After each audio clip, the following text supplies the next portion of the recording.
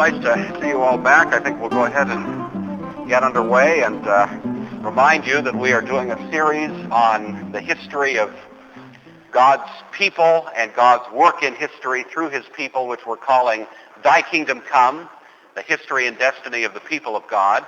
The subtitle that I'd give to today's lecture would be The Road to Nicaea. So that sounds exciting, don't you like that? The Road to Nicaea. Not exactly like the road to the Super Bowl, but maybe from the church's perspective back then, that was pretty close to it. I want to, in that light, indicate to you that this week and next week are really going to be focused on the events that led up to that first great council of the church, which we call the Council of Nicaea. Some of you probably come from religious traditions in which the Nicene Creed was recited every week. I think the Lutherans do that and certain others. And so that particular creed was generated out of the struggles that the church was going through that we're going to be looking at both today and next week. Next week we'll actually look at the Nicene Council itself and the Nicene Creed. And so next week we'll actually have that. I'll try to have enough copies to distribute, or it may even be in the hymn book. I didn't think of that, but is my mic, you're not hearing me? I'm hearing me just fine here. Well, I think I'm as on as I can get. I don't know if we have control in the... Can you hear me out there? Is that... all right. So anyway, next week we will...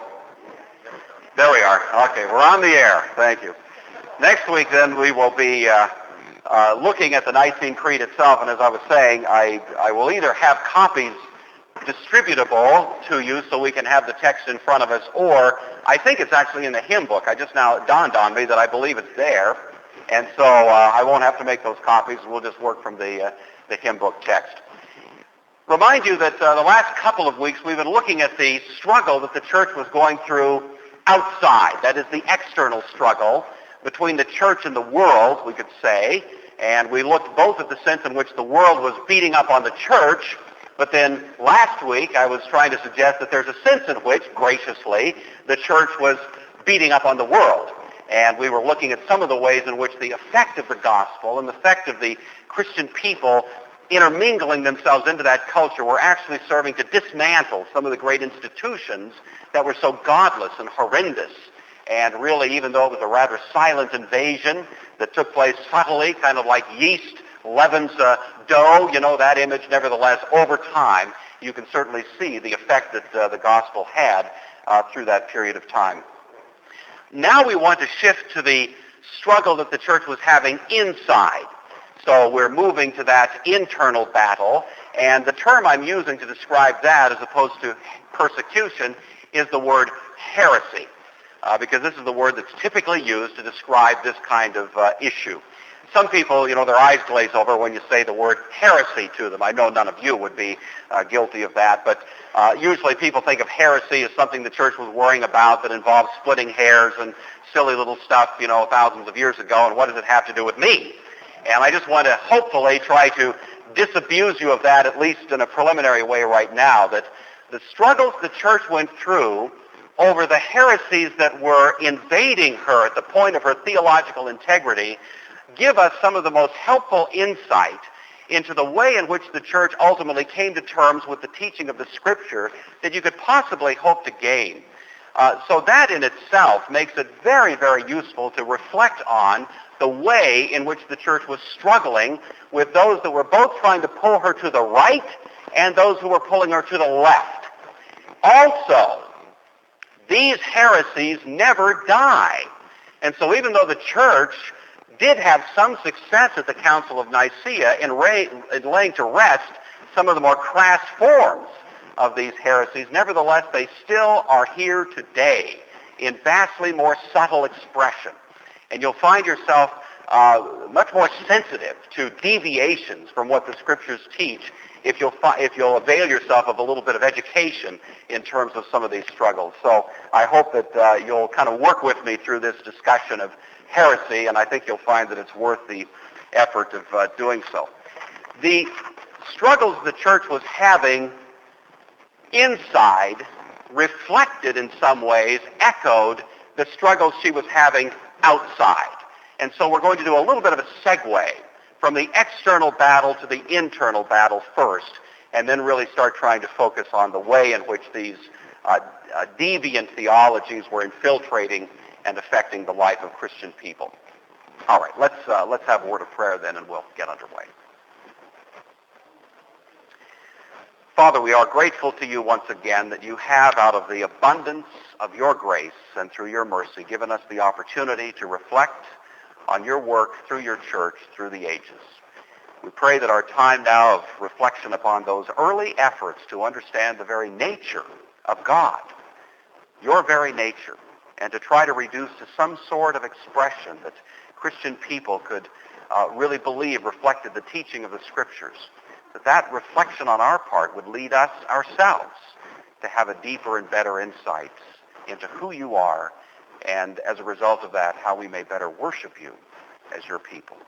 We give you thanks for it now and release this time into your care in the name of Christ. Amen. All right. We've talked a little bit about how the church was in a struggle with the world, and I'd like to just unpackage that a little bit more now to help us in this present discussion. In a sense, the church was being attacked from two sides.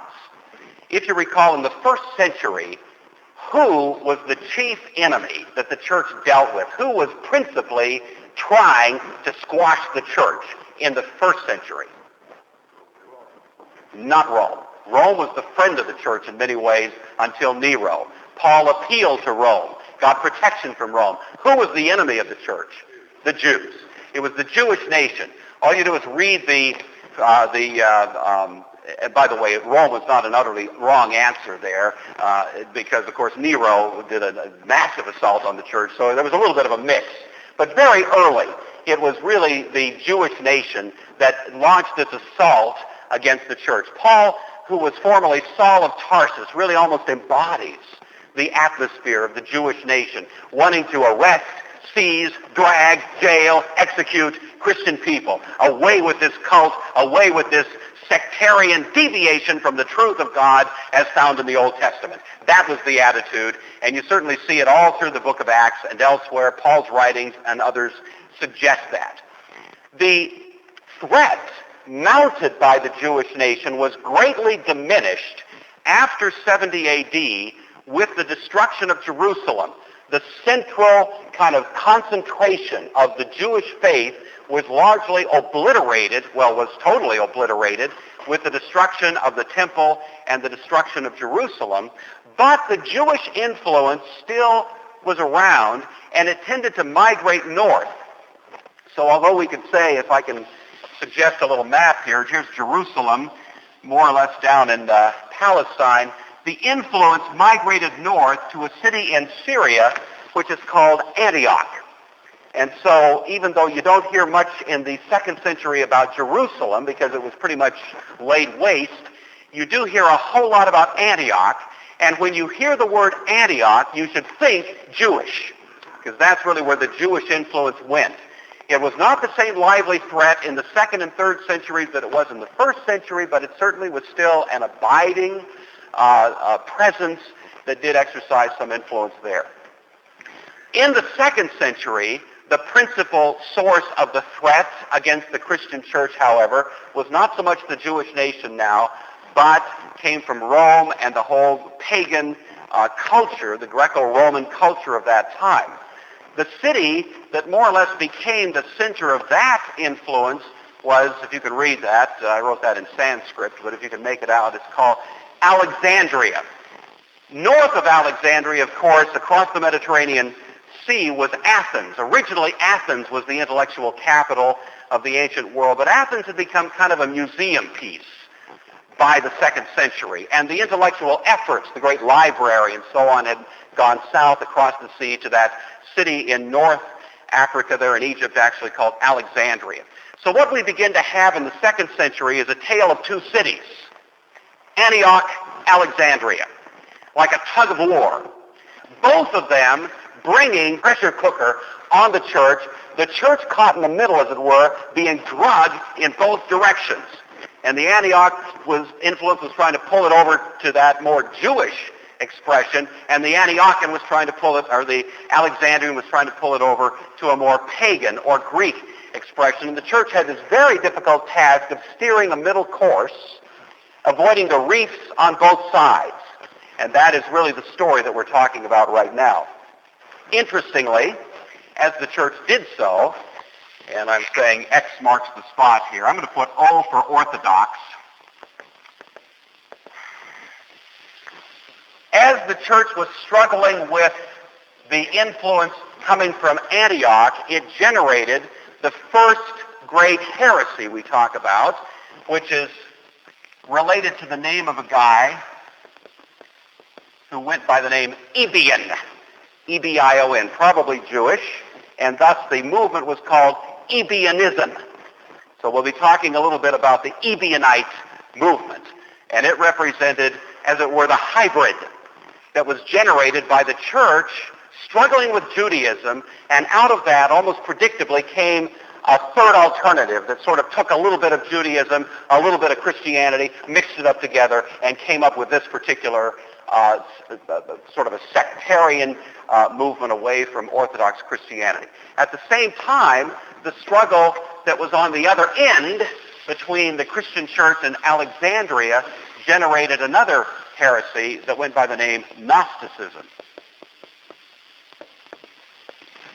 So you really got two great heresies for openers, each of them reflecting the two great battles on the two great fronts that the church was having to deal with during that time. So that's why the external battle definitely impacts and affects the way in which the church was doing her work internally.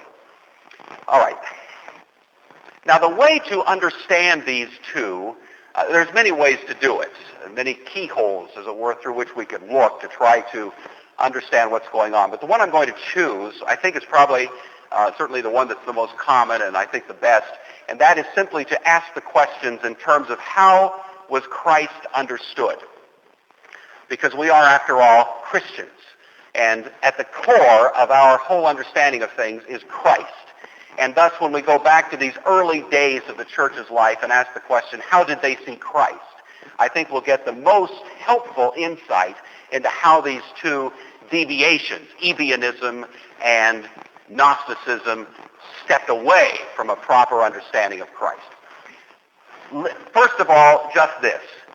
Even though very early in the church's history, early 2nd century and so on, you don't have a clear-cut, what we call an academic definition of, say, Trinity or the two natures of Christ, some of those things that have become more or less commonplace in later history, there was clearly within the church a very high view of the status of Christ. More or less at the gut of the church, it was understood that he is the one to be worshipped. Not simply venerated or sort of respected, that kind of thing, but that Jesus is to be accorded nothing less than worship. And at the same time, there was a gut knowledge in the early church that God is one.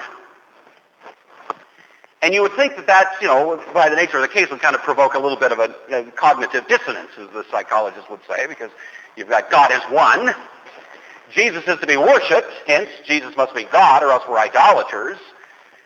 And yet we don't have two gods. And yet Jesus is not exactly God because Jesus himself seemed to worship God. And so how do you put that picture together? And, that sort of thing was going on. And yet the church somehow, in spite of the struggle that academically would confront the mind, seemed to just take it intuitively that that picture somehow makes sense, although it couldn't be quite explained yet. And that was the sort of thing that was going on. A lot of that was taken from the way in which John in his gospel had first described Christ. You'll recall in the early chapters, or in the first chapter of John's gospel, he begins with this fascinating and intriguing affirmation concerning Christ. He says, in the beginning was the Word. In arche ein hologos. In beginning was hologos, the Word. And then he goes on and says, kai hologos, the Word, ein pros ton theon. And the Word was with, but in a very interesting sense of with, pros, ton found, face to face with God. That's what John says. In the beginning was the Word, Logos. The Word was face to face, as if to say, gazing into the eyes, suggesting intimate fellowship, the deepest kind of intimacy with God. And then he goes on and really knocks us over, saying, Kai theos, God ein ho logos, and God was the Word. And so John, just right off the bat, gives us this amazing statement that's very mysterious in some ways, and yet gives the church warrant to attach nothing less than deity to the person of Christ, to somehow distinguish Logos from God and yet unite them. And that statement became very important to the early thinkers in the church. This gave rise to something that was called Logos Christology. That is, an understanding of Christ related to the notion of Logos. And Ignatius in the early 2nd century, Justin Martyr, and other thinkers to that time frame, Irenaeus a little later and so on, all of them made heavy use of that idea of the Logos and used that as a justification to worship Christ, to accord to him that level of affection and adoration and so on. Well, when John used the word Logos, he was presumably doing something there quite consciously, because the word Logos was actually a rich word in the Greek tradition, but also had a significant heritage in the Hebrew tradition. Fascinating thing there. So, for example, if you look at the word Logos in the Greek tradition, you go way back before Socrates, what's called the pre-Socratic philosophers. And you have this philosopher whose name was Heraclitus, one of the great pre-Socratic philosophers. Heraclitus, you know him. Harry, we'll call him. Harry. Harry's been called the father of existentialism because he gave us some of the great wisdom that has come down through Western culture. Statements like, this one is deep, you never step into the same river twice. You remember that from Harry? Remember that? And of course, what he's saying there is everything changes. In fact, another great statement, the only thing you can bank on is change, that there's nothing you can bank on. The only thing reliable is that there's nothing reliable. Everything is a constant state of flux. Everything is in turmoil.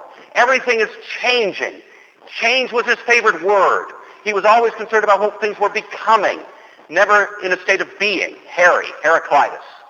But Heraclitus said that in the midst of this change, there is still a very conspicuous kind of principle of coherency. That is, even though things are changing all the time, they're changing in a way that is somehow predictable. It's not utter chaos. There's a kind of rationality about it. And the word that he used to describe the rationality of things was the word the Logos. And so Heraclitus puts right in the middle of his philosophy an idea of rationality or reason or logic that he calls Logos, and that was very important. And many other philosophers kind of followed that idea, the Logos. The Stoics, many years later, had a notion they called the Logos spermatikos, which was the so-called seed fire in every one of us, the spark of the divine, they would say, in each one of us. That's good Stoicism. It's terrible Christianity. We do not have a spark of deity in us, so don't get confused there. But the Stoics said that. The mystery religions, many of them had a notion of Logos in the ancient world. Philo, the great Jewish philosopher who was really more Greek than Jewish, who worked out of Alexandria, made a heavy use of the idea of Logos. My point in all of this is simply to say that when John, writing in the Greek language, began his gospel by saying, in the beginning was the Logos, it was as if he was saying to that whole Greek culture, here it is, what you've been groping for, what you've been feeling after in the dark. Now, on a silver platter, let me give it to you. Here's the Logos. This is the one who was from the very beginning with God, indeed is nothing less than God, So you've got, presumably John knew that and was conscious of what he was doing. And interestingly, When John used that term logos, he was also using a word that was rich in the Hebrew tradition. The Jewish nation could buy off on it in some ways.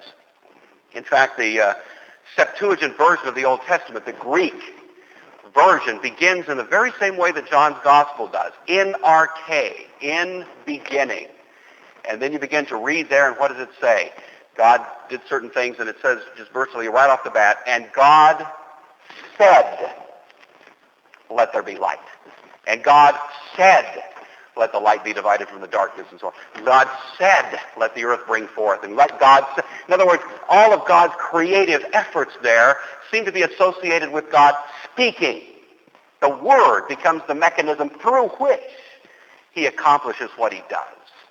And thus when John writes, in the beginning was the Word, in a sense he's writing something that's very compatible with the book of Genesis. The Word that God spoke became the very means by which he creates. All things were made through him, and without him was not anything made that was made. So a Hebrew person, hearing that use of the word logos, could say, yeah, I recognize that. That's part of my Hebrew tradition. That's okay. And yet the Greek, hearing it, could say the same thing. Yeah, I buy that. That's Heraclitus. I recognize that. And John was kind of in a moment of genius there, I would say inspired genius, using that word that became a real basis for finding something that was, if I can use this crass term, saleable to the whole marketplace, you know. The idea of who is Christ, how do we understand him? And really that Logos Christology became very prominent early on in the life of the church, and many, many thinkers used the term Logos to try to explain and unpackage for the popular public who it was that Christ is understood to be. Well, things went fine for a period of time, but the Antioch school, very Jewish, early on began to be a little bit suspicious of this fascination with the Logos. And even though they could see some hint of it in their Hebrew heritage, nevertheless, they really thought this was too much of an intrusion of Greek philosophy. And very early in the 2nd century, there was a small movement which was called the Alagoi. The Alagoi took that name because they were viewing themselves as those who were opposed to the Logos. And they really thought that this was a departure from a proper understanding of the nature of Christ. Now, they were early and not very influential. We only have a few passing references to them, but the first really bona fide movement that took off and had some impact and lasted for a period of time were the Ebionites. The Ebionites were based in Antioch, and they took a much more aggressive stand that this whole business of the Logos was simply not an appropriate way for us to understand and affirm the nature of Christ. They were what you would call hard monotheists, meaning God is one, only one, no Trinity, no plurality, no nothing in God. There is one, sort of like the Islamic understanding of God. There is absolute oneness. Hear, O Israel, the Lord our God, the Lord is one. How clear can it be made? That's it. And so the Ebionites affirmed that and made that really central to their whole theology. They did believe in Christ. These were Christians in that sense, a very broad sense. But they viewed Christ simply as the Jewish Messiah, a perfect man, a man who was certainly unique in many respects, but not to be regarded as God. He was simply a man who fulfilled the messianic role, who was taken up to heaven, who would sometime soon return and establish a kingdom called the millennium, and they were looking forward to that taking place in the very near future, and that was really kind of the basics of the Ebionite heresy. Well, this provoked then a bit of a reaction that came out of, as you might guess, Alexandria. The Alexandrians heard about the Ebionites and felt that they were really distorting the Christian faith way too much in the direction of a kind of Jewish understanding of Christ and not really appreciating all that he is. And so the Alexandrian effect, and this was much more widespread, not just Alexandria, but that was kind of a center of it, began to promote, and you begin to see the influence of what is commonly called Gnosticism. G-N-O-S-T-I-C-I-S-M. Gnosticism, from the Greek word gnosis, which means knowledge. This particular movement was a heresy, just as Ebionism was, far removed from Orthodox Christianity, but it did represent, as it were, the hybrid that was generated by what you get when you mix Christianity with Plato. You know, what do you get? When you mix Jesus with Plato, you get Gnosticism, and so that's what Gnosticism was the result of that little mixture. They did affirm, and they really liked the idea, that Christ was the Logos. They understood that, however, in terms that were very Greek. And the idea was actually Christ was kind of what you'd call an emanation. I'll try to explain that in a minute, but an emanation of God. A sort of radiation of God's being was the notion there. They also had within them a subcategory that was called Docetists. Now, I know this is a lot of words, and you're being very patient with me. Just kind of hang on to these. I think this is jargon that can actually be helpful if you kind of work with me on it. But Docetism, D-O-C-E-T-I-S-M. Docetism came from the word dokeo in the Greek language, which means to seem or to appear. And they affirmed that Christ only seemed or appeared to be a man. He was really divine, not human. So if you begin to see the picture, the Ebionites affirmed Christ's humanity, denied his deity. The Gnostics tended to affirm his deity, deny his humanity. You see that? So there's the struggle. You've got one trying to drag Jesus off in one direction where he's only human, with no deity in him, the other trying to drag Jesus off in the direction that he's divine with no humanity in him. And both of them were struggling to get the church to go in their direction, in the sense politically. Salvation to the Gnostics was really a matter of an experience in the mind, a kind of mystic, transcendent encounter with God. To the Ebionites, salvation was do good works. Kind of a righteous act leads you to salvation idea. The Gnostics said, no, works really account for nothing. It's not important. What matters is that you transcend, and in a kind of mystical encounter with the universal one, find salvation there in that great encounter with the infinite. You see that idea. So they would talk like sort of New Age people, you might hear. They tended to have a kind of Eastern influence to them, where salvation really was an escape from this world. The Ebionites found salvation in this world. The millennium was here, part of this world's history. The Gnostics wanted to have it there, in some other transcendent universe, somewhere else, something else. So both of those influences then were struggling, and the church was, in a sense, struggling as it was fighting with those two on each side. This struggle precipitated late in the 2nd century and really into the 3rd century another wave in which, in a sense, there were efforts on both sides to try to fix this problem. And this new wave is called, you can read that, monarchianism. Monarchianism. From the word monarch, mono, one, arche, to rule, one ruler. Monarchianism was a second effort, in a sense, to try to resolve the conflict now between the Ebionite influence on the one hand and the Gnostic influence on the other. And monarchianism came along to say we have to affirm that God is one, so there's one arche, mono-arche, one, and yet we have to somehow accommodate that Christ is to be worshipped, and Christ is in some sense or other divine and worthy of that worship. And so these were attempts to try to get at that dilemma. Now there's two flavors of monarchianism. And as you might guess, one of them tilts toward Antioch and one of them tilts toward Alexandria. They are both a step in the right direction. Give these people that credit. Even though these are heresies, they are less severe heresies, you see. So it's kind of a movement in the right direction. And I'm going to place this one kind of monarchianism about here, and the other one was about here. So both of these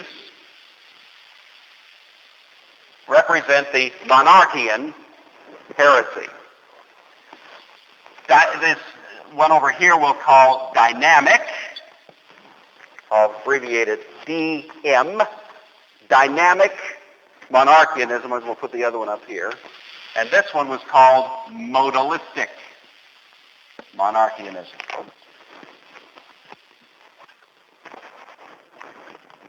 Dynamic monarchianism.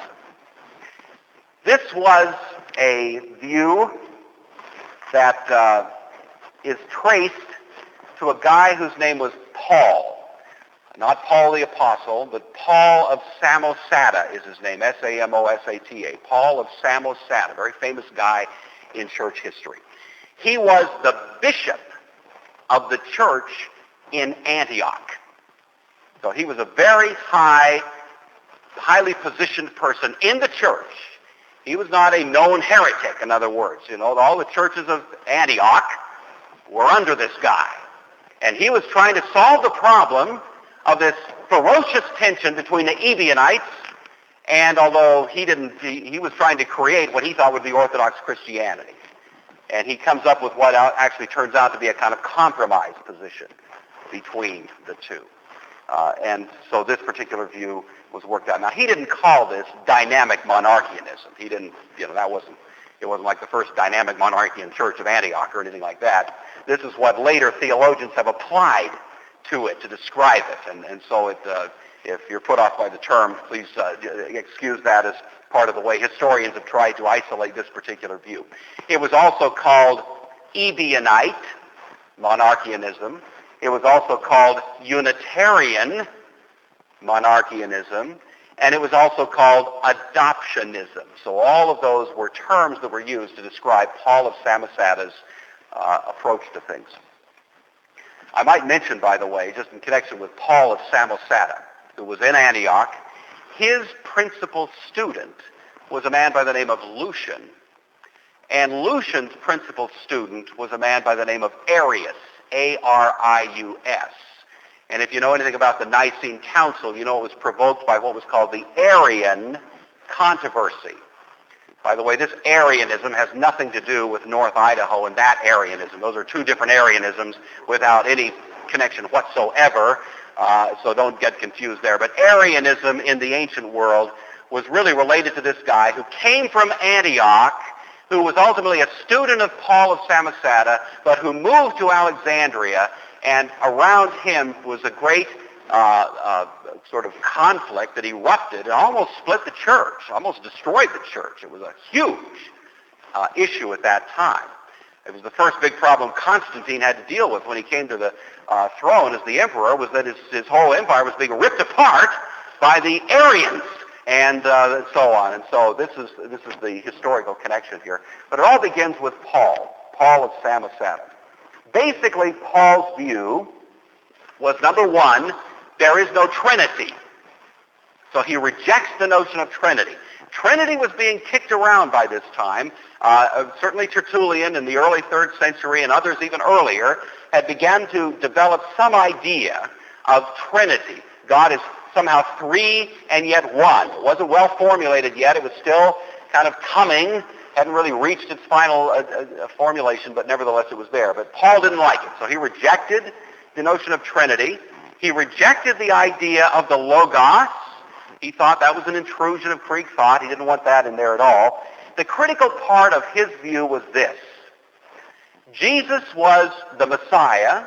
He was a great man, a perfect man, morally, but he was only human. But at his baptism, God dynamically intervened in his life, anointing him with his Spirit, and began to elevate him, so that it became, after a while, plausible to actually view Christ as, you might say, God. Now, he never became God. He never became eternal, never became God in that sense, but somehow by his high elevation as a man, it became almost arguable that you could call him, in a sense, a God. And this all began with his baptism, and this process of dynamically elevating him gave rise to the term dynamic monarchianism. The term adoptionism was used because, in a sense, God adopted Christ at the point of his baptism.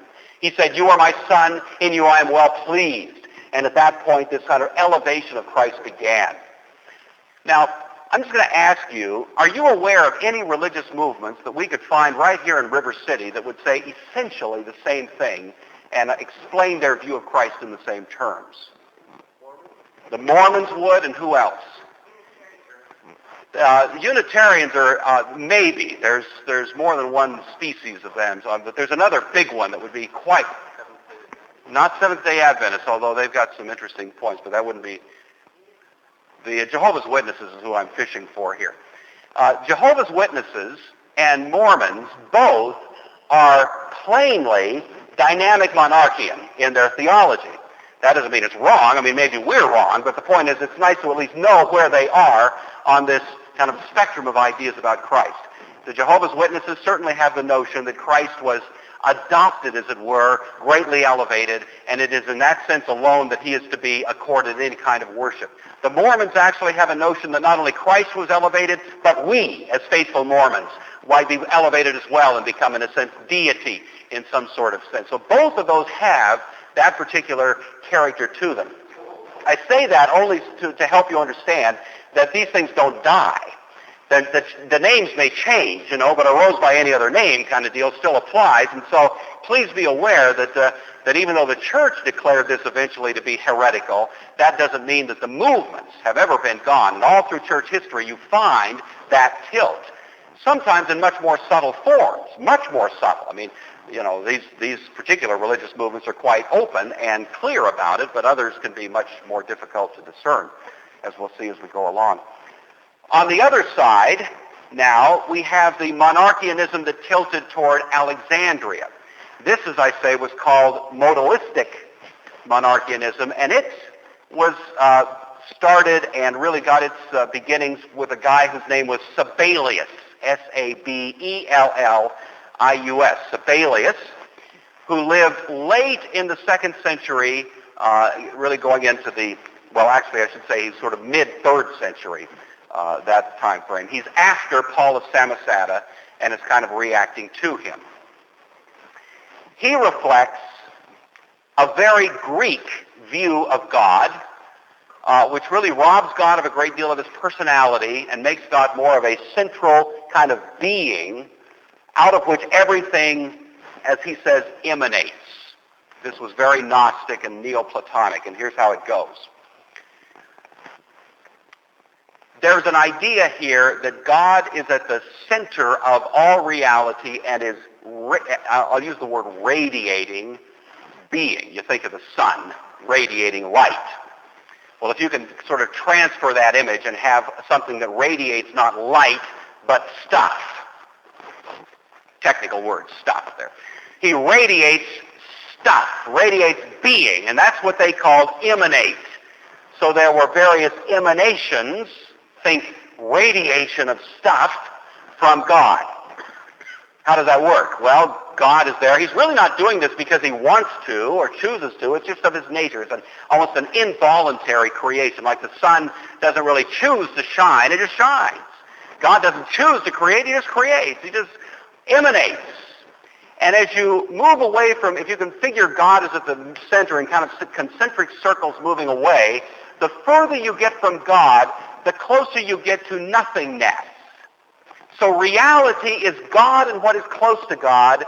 Non-reality is what's far away from God.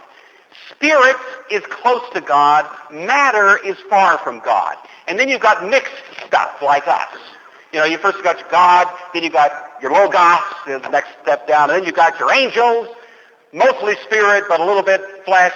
Then you've got your human beings, that's us, we're kind of half and half. We've got some spirit, some matter. Then you got what? Your animals, they're mostly matter, not much spirit. Then you got plants, almost no spirit in them. Then you got rocks, and beyond rocks is really nothing. You see what I'm saying?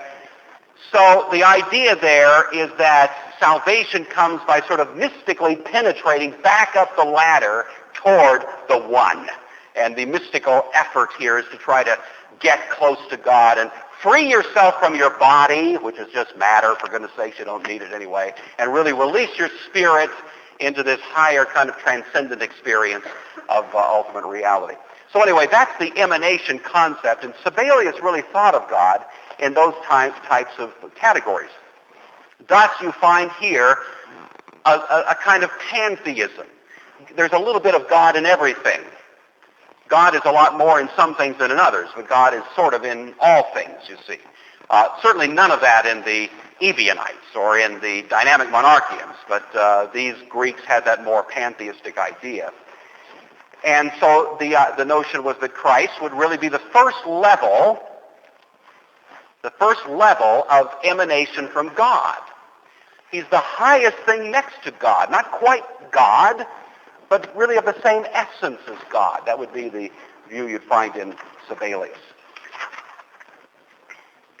Sabellius was the first one who used terms that you may have detected have a strange sound to them, but actually found their way into our creeds. For example, Sabellius used the word of Christ that he is light of light. You ever seen that expression? Or God of God. Now the church actually adopted that language eventually, but adopted it meaning a trinity, but Sabellius actually invented it meaning emanation theory. And so it's one of those odd little things where the church co-opted the language but dressed it up to mean something else than what it was originally intended to mean. Sabellius was the first one to teach his Sunday school kids to saying Jesus is a sunbeam. You know, Jesus was a radiation of God. That would be the idea. He also used an extremely important term, which plays very heavily in the Nicene Creed, and it's the term homoousia, or ousias, sometimes you'll see it, depending on what case it is in Greek.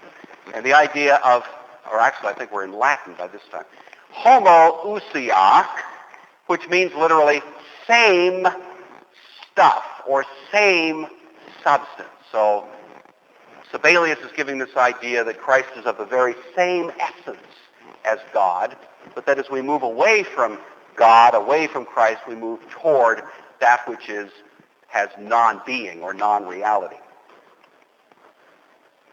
Do you know of any religions that would have anything in common with the modalistic monarchian approach to reality? Is there any religious movements out there that actually that rings a bell at all? It wouldn't be quite the same thing, but it'd be very close.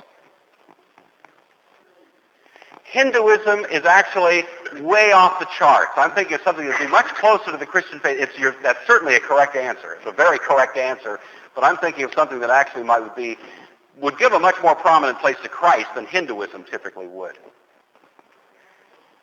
Unitarians would come in here, Christian Science, and the whole 19th century movement that was part of the culture that gave rise to not only Mary Baker Eddy and her understanding. You recall, evil is not real. You see, that's Mary Baker Eddy's approach. Evil is not real because because it is material, and it's a very, very similar to that kind of Gnostic view. It's a criticism that's been lodged many times with respect to her. You'd also find it in Charles and Myrtle Fillmore, who founded the Unity Church of Truth, which continues to be a religious movement that we can identify separately.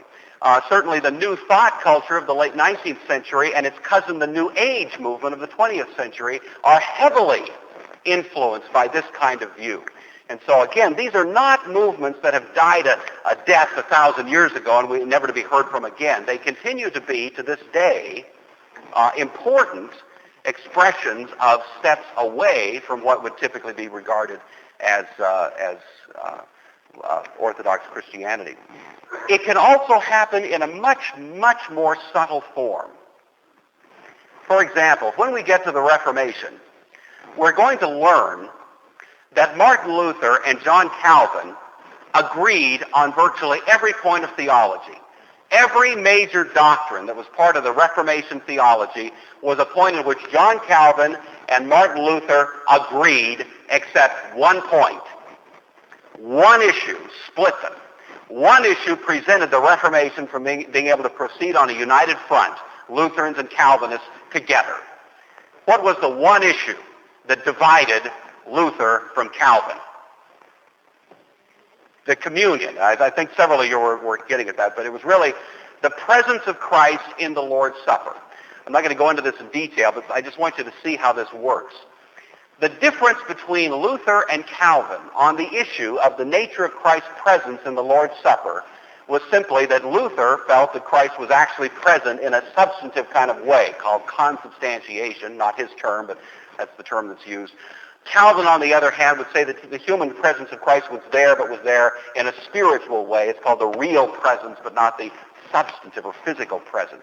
The interesting thing is that Luther regarded Calvin as erring in his philosophy in the direction of Antioch, while Calvin viewed Luther as erring in the direction of Alexandria, you see.